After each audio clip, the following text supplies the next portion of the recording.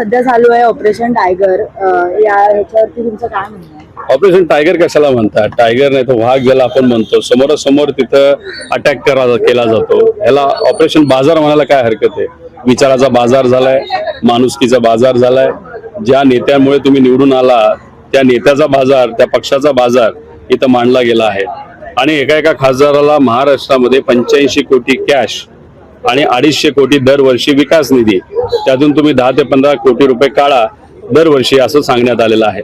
मग ह्याच्यावरनं आपल्याला हेच म्हणावं लागेल, आज संविधानाचा बाजार झालाय, आज लोकशाहीचा दुर्दैवाने तिथं बाजार झालेला आहे. पण लोक या सगळ्या गोष्टीकडे बघत आहेत. लोकांचं मत असं आहे की महाराष्ट्रामध्ये बेरोजगारीचा प्रश्न आहे, विद्यार्थ्यांचा प्रश्न आहे, महिला सुरक्षतेचा प्रश्न आहे, शेतकरी आज अडचणीत आहे.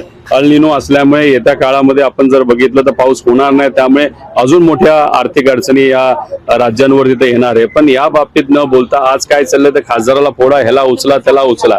पण आता जे काय झालं, विषय असा आहे की तुम्ही एकच अंग बघताय, ह्याला दुसरं अंग सुद्धा आहे. ते कसं की आता एकनाथ शिंदे साहेबांची ताकद, भाजपचे महाराष्ट्रातले नेते देवेंद्र फडणवीस साहेब भाजपच्या हितासाठी कमी करण्याचा सातत्याने प्रयत्न करत होते. अजितदादा पक्षाची सुद्धा तिथं ताकद देवेंद्र फडणवीस साहेब कमी करण्याचा प्रयत्न करत होते. आता हे 6 खासदार जे फुटले ते एकनाथ शिंदे साहेबांकडे न जाता भाजपकडे जाऊ शकले असते. पण मग एकनाथ शिंदे साहेबांना दिल्लीतल्या मोठ्या भाजपच्या नेत्यांनी कुठेतरी ताकद दिली, हे कुठेतरी आपल्याला जाणवतं. म्हणजे ठीक आहे, फोडाफोडी झाली, हे चुकीचं झालं, पण ह्यातून दुसरं सुद्धा आपल्याला कळतंय की कुठं ना कुठं तरी भाजप दिल्ली विरुद्ध भाजप महाराष्ट्र असा सुद्धा लढा या ठिकाणी आपल्याला बघायला मिळतं. असं म्हणण्यात येते की खासदारांना पैसे दिले गेले सर, आणि काय? अहो, जेव्हा वेस्ट बेंगॉल मध्ये खासदार फोडले 50 कोटी दिले, महाराष्ट्रामध्ये 85 कोटी कॅश मध्ये दिले गेले आणि 250 कोटी दरवर्षी विकास निधी, त्यातून 10-15% तुम्ही निधी काढा असं सांगण्यात आलेलं आहे. आता याच्याच बरोबर आपण जर बघितलं ओमराजे भाऊं बद्दल असंही म्हणलं जातं की जी केस आहे त्यांच्या बाबतीतली, त्याचा निकाल पुढच्या काही दिवसांमध्ये लगेच त्यांच्या बाजूला दिला जाईल. नाहीतर मग त्यांच्या बाजूचा निकाल नसेल तर अजून काही वर्ष पुढे घेऊन गेला जाईल. त्यामुळे भीती अशी वाटते. आमचा न्याय व्यवस्थेवर विश्वास आहे, पण या जो काही बाजार लोकशाहीचा झालेला आहे त्याच्यामध्ये न्यायव्यवस्था सुद्धा जर सहभाग घेत असेल, जे आम्हाला बाहेरून कळतं आहे ते योग्य नाही. त्यामुळे न्यायव्यवस्थेकडनं सुद्धा काही जजेसली या बाबतीतलं क्लॅरिफिकेशन देणं महत्वाचं आहे. त्यामुळे सामान्य लोकांचा विश्वास जेव्हा नेत्यांवर, प्रशासनावर, शासनावर नसतो तेव्हा त्यांचा विश्वास हा न्यायव्यवस्थेवर असतो. आणि न्यायव्यवस्थे सुद्धा या बाजाराचा जर भाग बनत असेल तर हे अतिशय घातक आहे. त्यामुळे कुठं ना कुठंतरी न्यायव्यवस्थेच्या मोठ्या जजेसकडनं सुद्धा या बाबतीतलं क्लॅरिफिकेशन हे दिलं गेलं पाहिजे.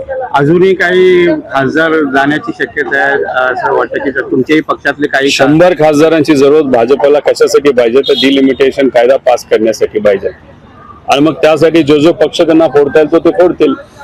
पहिला फोडला कुठला तर त्यांनी फोडला टीएमसी, त्याच्या आधीच जे झालं ते जुनं झालं, तर टीएमसी फोडला. नंतर उद्धव ठाकरे साहेबांचा फोडला. त्याच्याच बरोबर येत्या काळामध्ये मला असं वाटतं की उत्तर प्रदेशचा मोठा एक पक्ष फोडण्याचा प्रयत्न तिथं केला जाईल. त्यामुळे काही झालं तरी भाजपला कळालंय डिलिमिटेशन जर झालं नाही तर 2029 मध्ये ते सत्तेत येऊ शकत नाही, ते घाबरलेले आहेत. आणि मग त्या अनुषंगाने काही झालं तर डिलिमिटेशन करायचं. डिलिमिटेशन म्हणजे काय, जसं ग्रामपंचायतचं इलेक्शन असतं, त्या इलेक्शन मध्ये वॉर्ड जे असतात ते आपल्याला शोभेल असे आपण वॉर्ड आपल्या नेत्याकडनं जो सत्तेत आहे त्याकडनं केले जातात तहसीलदारला सांगून. तसंच महानगरपालिकेमध्ये सुद्धा वॉर्ड फोडले जातात, प्रभाग फोडले जातात.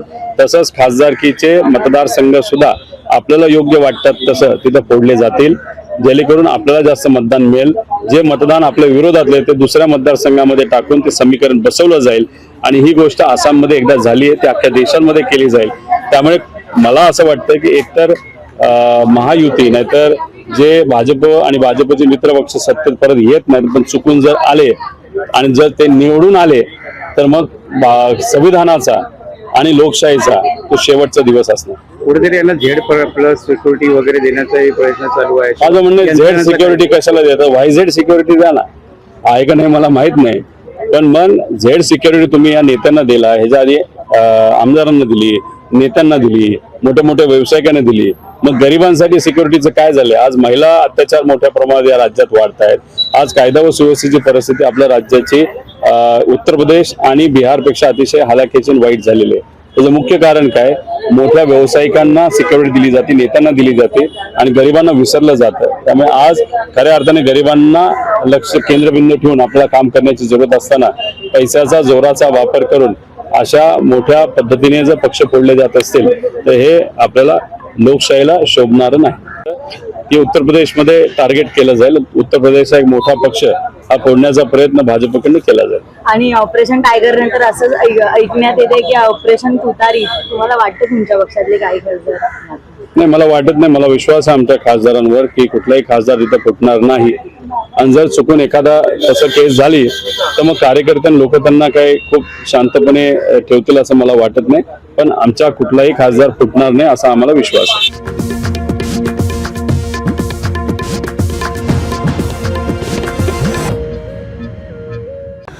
काय आहे, संजय राऊत